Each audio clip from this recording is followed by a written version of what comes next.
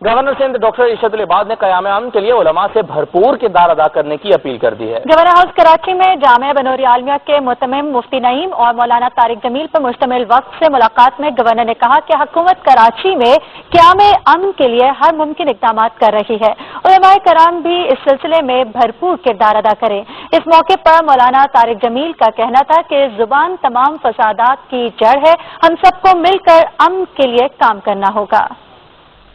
Governor Sindh doctor Arshad العباد نال تبلیغی جماعت دے امیر مولانا طارق جمیل نے ملاقات کی تے امن امان دی بحالی لئی خصوصی دعا بھی کی۔ گورنر سندھ ڈاکٹر ارشد العباد نے معروف خطیب مولانا طارق جمیل دے نال سندھ گورنر ہاؤس وچ ہون والی ملاقات وچ کیا کہ امن لئی علماء کرام دا کردار اہم ہے تے تاریخ اس گل دی گواہ ہے کہ ملک وچ جدوں امن و امان دا مسئلہ پیش آیا علماء کرام نے اپنا بھرپور کردار ادا کیتا۔ مولانا طارق جمیل نے گفتگو وچ دسیا کہ اسلام امن و آتشی دا درس دیندا ہے تے ایک انسان دا قتل پوری انسانیت دے قتل ہے۔ انہوں نے کہا کہ بے گناہاں دا خون بہان والے اللہ دے عذاب تو نہیں بچ سکدے۔ اس موقع تے کراچی وچ امن و امان لئی خصوصی دعا بھی کی گئی۔ بسم اللہ الرحمن الرحیم، والصلاة والسلام علی رسولہ الکریم وعلی آلہ وصحبہ اجمعین۔ اسلام ایک عالمی پیغام امن ہے۔ اسلام کا مطلب ہی سلامتی ہے، ایمان کا مطلب امن ہے۔ ہم بھائی بھائی دست و گریباں ہوئے صرف اسلام کو بھلا کر اور آخرت کی اللہ کے سامنے پیشی کو بھلا کر، ہمارے آنے کا کوئی سیاسی مقصد نہیں ہے، نہ ہی کوئی سیاست سے میرا رابطہ اور کوئی تعلق ہے۔ میں اس ملک کا ایک باشندہ ہوں، یہاں کا درد میرا درد ہے، یہاں کا دکھ میرا دکھ ہے، یہاں کی راحت میری راحت ہے۔ کسی ایک مسلمان کا بے گناہ کا خون گرتا ہے تو زمین آسمان پورا تہس نہس ہو جائے، اس سے زیادہ کسی ایک مسلمان کے ناحق خون کا گرنا ہے۔ اور اللہ کے نبی کا فرمان ہے کہ کسی انسان، مسلمان نے کسی انسان کو ناحق قتل کرنے پر اگر پوری دنیا کے انسان جمع ہو جائیں تو اللہ تعالیٰ اس ایک قتل کے بدلے میں پوری دنیا کے انسانوں کو جہنم میں ڈال دے گا۔ تو ہمارا ملک زخمی ہے اور ہمارے بھائی ایک دوسرے سے دست و گریباں ہیں۔ ہم یہ پیغام لے کر آئے ہیں کہ اللہ تعالیٰ آپس میں محبت پیدا فرما دے، الفت پیدا فرما دے، اور ہر بھائی دنیا کو مسافر خانہ سمجھ کر اپنی آخرت کی تیاری میں لگے اور اپنے موت کے بعد آنے والے اللہ کے سامنے پیشی، چونکہ جو کچھ کر رہا ہے وہ یہ نہ سمجھے کہ وہ آزاد ہے، اسے ایک دن اللہ کے سامنے کھڑے ہونا ہے اور اپنے کیے کا حساب دینا ہے۔ تو وہاں سرخرو ہونا ہم سب کی سب سے بڑی ضرورت ہے کہ اللہ تعالیٰ موت کے بعد ہمیں کامیاب فرمائے، جہنم سے بچائے، اپنی رضا نصیب فرمائے۔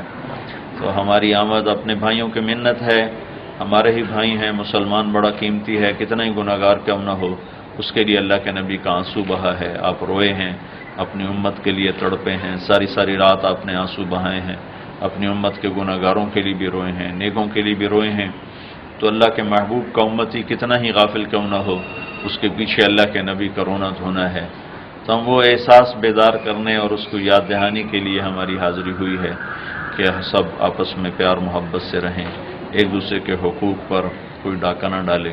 اللہ کے نبی صلی اللہ علیہ وسلم نے بیت اللہ کی طرف ایسے انگلی کا اشارہ کیا اور فرمایا، اے بیت اللہ تو بڑی حرمت والا ہے، لیکن ایک مسلمان کی حرمت تجھ سے بھی زیادہ ہے، تو بڑا قابل احترام ہے، لیکن ایک مسلمان کی عزت، ایک مسلمان تجھ سے بھی زیادہ قابل احترام ہے۔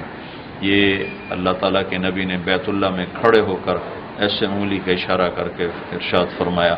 صرف مسلمان کی عظمت کو دل میں بٹھانے کے لیے ایک مسلمان کتنا قیمتی ہے، اس کے پاس کچھ بھی نہیں، صرف خالی کلمہ، اس کے پاس اتنی بڑی دولت ہے کہ ساری دنیا کے خزانے اس کے سامنے ہیج ہیں۔